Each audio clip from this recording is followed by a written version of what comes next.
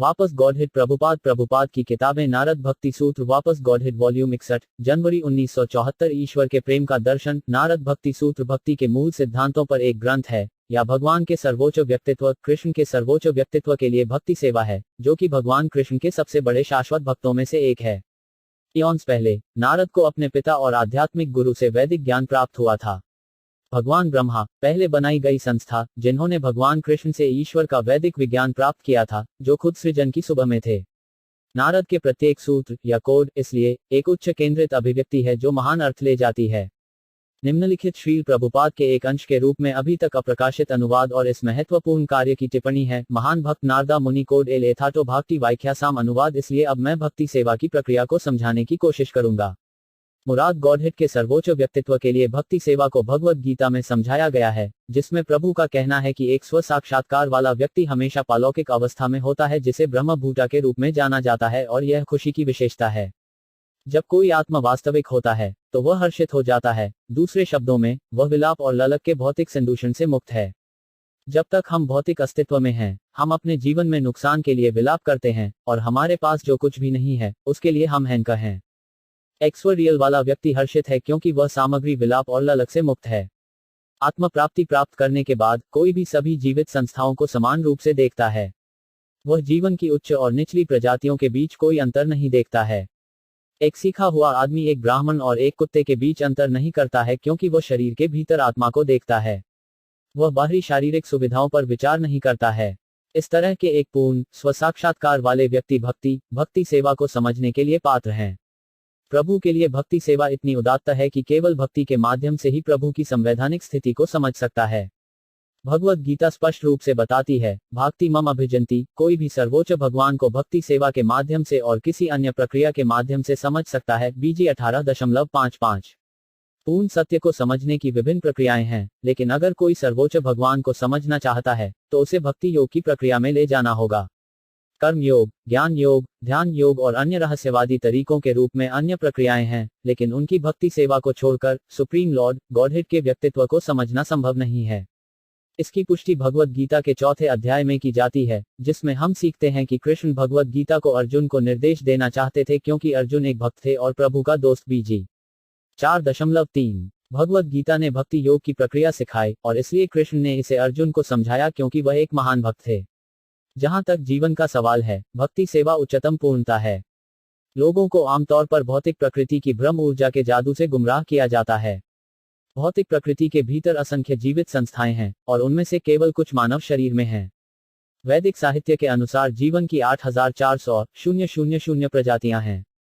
पद्मा पुराण में यह कहा जाता है कि 900 प्रजातियां एक्वेटिक्स, 2000 प्रजातियां पौधों की, 1100 प्रजातियां, 1000 पक्षियों की प्रजातियां पक्षियों की, 1000 प्रजातियां, 3000 प्रजातियां और ब्रह्मांड में मानव जीवन की केवल 400 प्रजातियां हैं।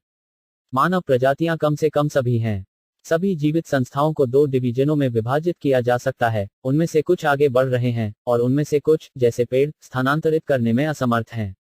इन दोनों डिवीजनों को आगे कई उपखंडों में विभाजित किया गया है। कुछ प्रजातियां हवा में जीवन के लिए, कुछ पानी में जीवन के लिए और कुछ जमीन पर जीवन के लिए होती हैं।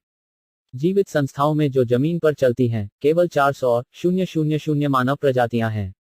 इंसानों की इन 400 प्रजातियों में से कई असभ्य या अशुद्ध हैं। वैदिक ऐतिहासिक दृष्टिकोण से यह समझा जाता है कि आर्यन, जो आध्यात्मिक जीवन में आगे बढ़ने में विश्वास करते हैं, मानव के सबसे सभ्य हैं। आर्यों के बीच भारतीय विशेष रूप से सुसंस्कृत हैं और भारतीयों के बीच ब्राह्मण वेदों के ज्ञान में सबसे अधिक विशेषज्ञ हैं। वैदिक संस्कृति या वेदांत ईश्वर का विज्ञान पूरी दुनिया में सम्मानित है और इसके उद्देश्य को समझने के लिए हर जगह लोग हैं। वैदिक सांस्कृतिक समझ के उच्चतम पूर्णतावादी चरण को 15वें अध्याय में भगवद गीता में समझाया गया है, जिसमें प्रभु का कहना है कि सभी वेदों का उद्देश्य उन्हें भगवान कृष्ण को समझना है। बीजी 15.15 भाग्यशाली वे वैदिक सांस्कृतिक जीवन के लिए आकर्षित हैं। हिंदू खुद को वेदों के अनुयायी कहते हैं। कुछ लोग कहते हैं कि वे सामवेद का अनुसरण करते हैं और कुछ कहते हैं कि वे आर्जी वेद का पालन करते हैं। वेदों के विभिन्न वर्गों के विभिन्न अनुयायी हैं जो कम या ज्यादा घोषणा करते हैं कि वे वैदिक अनुयायी हैं। वास्तव में, हालांकि, वे वेदों के अनुयायी नहीं हैं क्योंकि वे वेदों के नियमों और विनियमों का पालन नहीं करते हैं। इसलिए भगवान चैतन्य का कहना है कि चूंकि वेदों के तथाकथित अनुयायी सभी प्रकार की पापी गतिविधियों का प्रदर्शन करते हैं, इसलिए वेदों के वास्तविक अनुयायियों की संख्या बहुत कम है, और यहाँ तक इस छोटे अनन्य संख्या में अधिकांश कर्म कांडा की प्रक्रिया के आदी हैं, वह प्रक्रिया जिसके द्वारा कोई व्यक्ति खुद को आर्थिक विकास के पूर्ण स्तर के चरण तक पहुंचा सकता है। जीवन की वैदिक प्रणाली के अधिकांश सख्त अनुयायी कर्म कांडा से जुड़े हुए हैं, या विभिन्न डिमिगोड्स की पूजा के लिए वेदों के बलिदान भाग हैं। वे विशेष भौतिक परिणामों के लिए विशेष भागों से जुड़े हैं। कर्म कांडा प्रक्रिया के कई लाखों अनुयायियों में से कुछ वास्तव में सर्वोच्च पूर्ण सत्य को समझने की प्रक्रिया में संलग्न हैं। उन्हें ज्ञानिस कहा जाता है। एक ज्ञान के लिए पूर्णता ब्रह्म भूता के चरण को प्राप्त करने में निहित है, या आत्म प्राप्ति। आत्म प्राप्ति के बाद ही प्राप्त होने के बाद भक्ति सेवा को समझने का चरण शुरू होता है। निष्कर्ष यह है कि कोई भक्ति सेवा या भक्ति की प्रक्रिया शुरू कर सकता है जब कोई वास्तव में आत्मा प्राप्त होता है। अस्तित्व की शारीरिक अवधारणा में उलझा हुआ एक भक्ति सेवा की प्रक्रिया को नहीं समझ सकता है। इसलिए पहला कोड कहता है, मैं अब भक्ति सेवा की प्रक्रिया को समझाने की कोशिश करूंगा। यह इंगित करता है कि भक्ति सेवा की यह प्रक्रिया पहले से ही मुक्त और आत्मा वास्तविक के लिए है। वेदांत सूत्र में पहला कामोत्तेजना एथेटो ब्रह्म जिज्ञासा है। यह ब्रह्म जिज्ञासा या सर्वोच्च निरपेक्ष सत्य की जांच उन लोगों की चिंता करता है जिन्हें कर्म कांडा पवित्र फलित कार्य के निचले चरण से ज्ञान कांडा दार्शनिक अटकलें की स्थिति में ऊंचा किया गया है। केवल जब एक आदमी पूरी तरह से इस एहसास में स्थित होता है कि वह शरीर नहीं है लेकिन शुद्ध आत्मा वह भक्ति या भक्ति सेवा की प्रक्रिया शुरू कर सकता है। कोड 2 सा टीवी अस्मिन रूपा। अनुवाद लेकिन भक्ति सेवा के इस विवरण में उच्चतम चरण ईश्वर का प्रेम है। मुराद जैसा कि पहले कहा गया था, आत्म प्राप्ति के उच्चतम चरण की प्राप्ति के बाद एक प्रभु की भक्ति सेवा में स्थित हो जाता है। भक्ति सेवा की पूर्णता ईश्वर के प्रेम की प्राप्ति है। ईश्वर के प्रेम में गॉडहेड, भक्त और भक्ति सेवा की प्रक्रिया का सर्वोच्च व्यक्तित्व शामिल है। आत्म साक्षात्कार ब्रह्म भूता आध्यात्मिक जीवन की शुरुआत है। यह पूर्ण आध्यात्मिक एहसास का पूर्ण चरण नहीं है। कोई यह समझ सकता है कि वह यह शरीर नहीं है और इसका इस भौतिक दुनिया से कोई लेना देना नहीं है। यह एहसास उसकी स्वतंत्रता या सामग्री उलझाव से मुक्ति है, लेकिन यह पूर्ण स्तर का चरण नहीं है। पूर्णता चरण स्वप्राप्त स्थिति की गतिविधियों के साथ शुरू होता है। किसी को इस समझ में कार्य करना चाहिए कि एक जीवित इकाई सदा के लिए सर्वोच्च प्रभु के अधीनस्थ सेवक है, अन्यथा वह नारायण के साथ एक हो गया है, या कि वह सर्वोच्च ब्रह्मज्योति में विलय हो गया है। उसने जीवन की पूर्णता को नहीं समझा है। आत्मा वास्तविक रूप से अत्यधिक सीखा जा सकता है और समझ हो सकता है, लेकिन यह पूर्णता का चरण नहीं है। श्रीमद् भगवत में यह कहा जाता है कि जो लोग झूठे रूप से पफ्ट हैं और जो सोचते हैं कि वे अपनी संवैधानिक स्थिति को ब्राह्मण या आत्मा के रूप में समझकर मुक्त हो गए हैं, तथ्यात्मक रूप से अभी भी दूषित हैं। उनकी बुद्धिमत्ता को शुद्ध नहीं किया जाता है क्योंकि उन्हें गॉडहेड के सर्वोच्च व्यक्तित्व की कोई समझ नहीं है। श्रीमद् भगवत के अनुसार ट्रांसेंडेंटलिस्ट के 3 स्तर हैं। स्ववास्तविक ट्रांसेंडेंटलिस्ट हैं जो पूर्ण सत्य के अवैयक्तिक ब्राह्मण विशेषता के ज्ञात हैं, सर्वोच्च के रूप में सर्वोच्च की स्थानीयकृत स्थिति के ज्ञान हैं, जैसा कि यौगिक रहस्यवाद की प्रक्रिया से समझा जाता है। और भक्त ऐसे व्यक्ति हैं जो पहले से ही गॉडहेड के सर्वोच्च व्यक्तित्व के ज्ञान में हैं और जो प्रभु की भक्ति सेवा में संलग्न हैं। जो लोग बस यह समझते हैं कि मनुष्य कोई फर्क नहीं पड़ता, बल्कि आत्मा है और जो सर्वोच्च आत्मा में विलय करने की इच्छा रखते हैं, वे सबसे कम पालौकिक स्थिति में हैं। उनके ऊपर वे रहस्यवादी हैं, जो ध्यान से दिल के भीतर 4 हाथ वाले विष्णु को अपने भीतर देख सकते हैं। वे दूसरे स्तर पर हैं। लेकिन जो लोग वास्तव में सर्वोच्च भगवान कृष्ण के साथ जुड़ते हैं, वे सभी ट्रांसेंडेंटलिस्टों में सबसे अधिक हैं। भगवद गीता के 6ठे अध्याय में प्रभु कहते हैं, योगिनम एपीआई सवसम मैद गतेनांत तामान श्राद्वन भजते यो मामासा मी युक्ततमो माता, और सभी योगी के वह जो हमेशा मेरे लिए बहुत विश्वास के साथ पालन करता है, मुझे पालौकिक प्रेमपूर्ण सेवा में पूजा करता है, योग में मेरे साथ सबसे अधिक एकजुट है और सभी में सबसे अधिक है। भक्ति रेखा में सबसे अधिक अधिकृत भक्त रूपा गोस्वामी ने कहा कि गॉडहेड के प्रेम के बिंदु पर आने में अलग अलग चरण हैं। पहली आवश्यकता यह है कि किसी को गॉडहेड के प्यार को प्राप्त करने के बारे में पर्याप्त रूप से वफादार होना चाहिए। भगवद गीता सिखाती है कि किसी को आत्म साक्षात्कार की अन्य सभी प्रक्रियाओं को छोड़ देना चाहिए और सर्वोच्च प्रभु कृष्ण के सामने पूरी तरह से आत्मसमर्पण करना चाहिए। वह विश्वास है जो कृष्णा में पूर्ण विश्वास रखता है और उसके लिए आत्मसमर्पण करता है, वह प्रेम के उच्चतम पूर्णता के चरण में उठाया जा सकता है। भगवान चैतन्य ने सिखाया कि प्रेमा मानव जीवन का सर्वोच्च पूर्णतापूर्ण चरण है।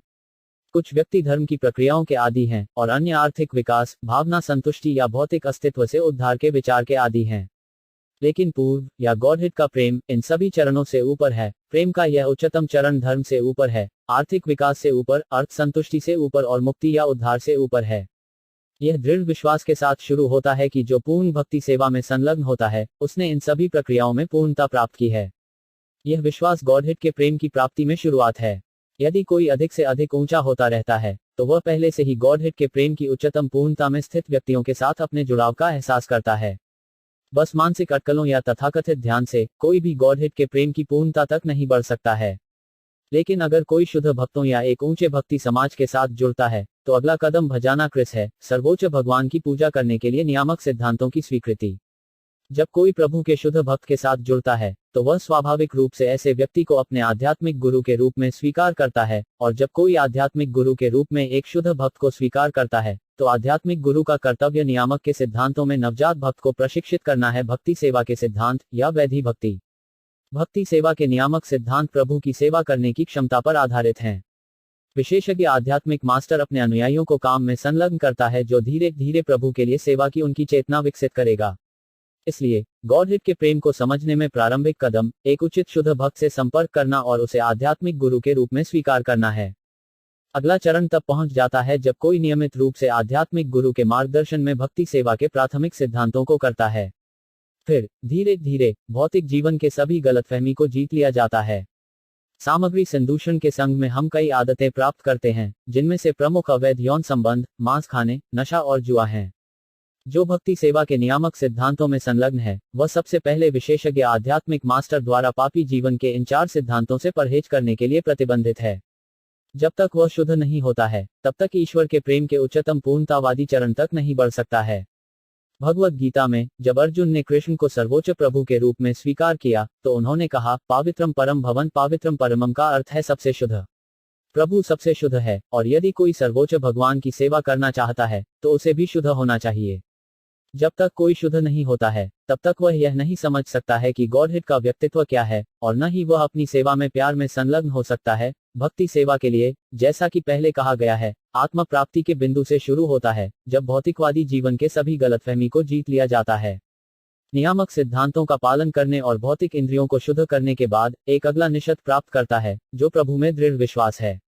जब कोई इस चरण को प्राप्त करता है तो उसे गॉडहेड के सर्वोच्च व्यक्तित्व की व्यक्तिगत अवधारणा में दृढ़ विश्वास होता है। कोई भी उसे इस समझ के लिए विचलित करने के लिए राजी नहीं कर सकता है कि ईश्वर अवैयक्तिक है और उसका कोई रूप नहीं है, या यह कि कल्पना द्वारा बनाए गए किसी भी रूप को ईश्वर के रूप में स्वीकार किया जा सकता है। सर्वोच्च प्रभु की ये अधिक या कम निरर्थक अवधारणाएं उन्हें गॉडहेड कृष्ण के सर्वोच्च व्यक्तित्व में दृढ़ विश्वास से दूर नहीं कर सकती हैं। भगवद गीता में प्रभु ने व्यावहारिक रूप से सभी छंदों पर जोर दिया है कि वह गॉडहेड का सर्वोच्च व्यक्तित्व है, लेकिन कई विद्वान और कई टिप्पणीकार हैं जो भगवान कृष्ण के इस बिंदु पर जोर देने के बावजूद प्रभु की व्यक्तिगत अवधारणा से इनकार करते हैं। यहाँ तक कुछ महान विद्वान जिन्होंने भगवद गीता पर टिप्पणी लिखी है का कहना है कि किसी को गॉडहेड कृष्ण के व्यक्तित्व के प्रति समर्पण नहीं करना है, और यह कि कृष्ण को भी गॉडहेड के सर्वोच्च व्यक्तित्व के रूप में स्वीकार नहीं करना चाहिए, लेकिन इसके बजाय यह स्वीकार करना चाहिए सर्वोच्च के रूप में कृष्ण। ऐसे मूर्खों को नहीं पता कि भीतर क्या है और क्या है। वे अपने स्वयं के सनक के अनुसार टिप्पणी करते हैं। ऐसे व्यक्तियों को गॉडहेड के प्रेम के उच्चतम चरण तक ऊंचा नहीं किया जा सकता है। वे विद्वान हो सकते हैं और उन्हें ज्ञान के अन्य विभागों में ऊंचा किया जा सकता है, लेकिन वे उच्चतम पूर्णता गॉडहेड के प्यार को प्राप्त करने की प्रक्रिया में नियोफाइट भी नहीं है। निष्ठा भगवान गीता के शब्दों की स्वीकृति को इंगित करता है, गॉडहेड के सर्वोच्च व्यक्तित्व के शब्द, जैसा कि वे विचलन के बिना और टिप्पणी के बिना हैं। IF एक सौभाग्य से निष्ठा के मंच तक बढ़ने में सक्षम है। भौतिक अस्तित्व द्वारा गढ़े गए सभी गलतफहमी को जीतने के बाद वह फिर लगाव के चरण में बढ़ सकता है, जो कि गॉडहेड के प्रेम की शुरुआत है। प्रगति करके कोई भी प्रभु और स्वयं के बीच एक पारस्परिक विनिमय को याद करने का एक अधिक उन्नत चरण प्राप्त करता है। प्रत्येक जीवित इकाई सर्वोच्च भगवान से संबंधित है, और यह संबंध कई अलग अलग पालौकिक संबंधों में से एक है। ASAKTI या अटैचमेंट नामक मंच पर कोई भी सर्वोच्च भगवान के साथ अपने संबंधों को समझ सकता है। प्रभु के साथ संबंध में किसी की स्थिति को समझना पारस्परिकता की शुरुआत है। प्रभु और भक्त के बीच निरंतर पारस्परिकता से एक को गॉडहेड के प्रेम के उच्चतम चरण में ऊंचा किया जाता है। कोड 3 अमृत स्वरूपा CA अनुवाद भक्ति जीवन का यह चरण शाश्वत है। मुराद जब कोई गॉडहेड के प्रेम के पूर्णता के चरण को प्राप्त करता है तो वह अपने वर्तमान शरीर में भी अमर हो जाता है। भगवद गीता में प्रभु का कहना है कि कोई भी व्यक्ति जो केवल अपनी पालौकिक गतिविधियों को समझता है और इस भौतिक दुनिया में उसकी उपस्थिति और गायब हो जाता है, मुक्त हो जाता है और अपने वर्तमान शरीर को छोड़ने के बाद वह एक बार अपने निवास पर पहुंच जाता है। इसलिए यह समझा जाना चाहिए कि जिसने ईश्वर के इस प्रेम को प्राप्त किया है उसे सही ज्ञान है, और यहाँ तक अगर वह सही ज्ञान से कम हो जाता है तो उसके पास जीवन की प्रारंभिक पूर्णता है जो एक जीवित इकाई प्राप्त कर सकती है।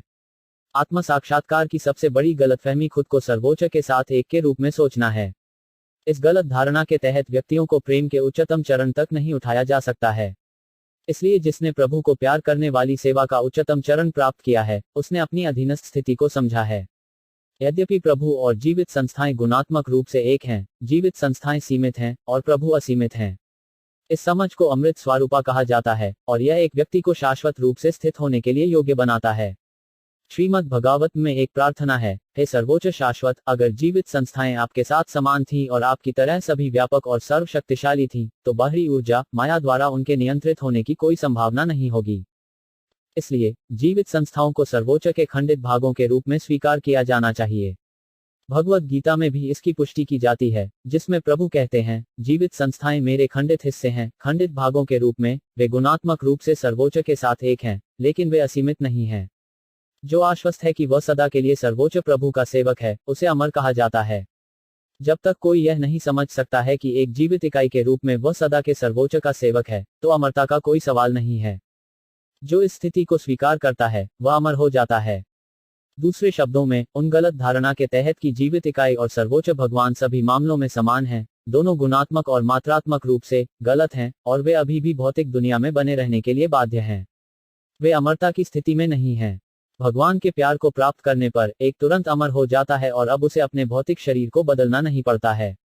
यहाँ तक अगर वह गॉडहेड के प्यार में पूर्ण नहीं है तो इस पंक्ति में उसकी भक्ति सेवा को अमर माना जाता है।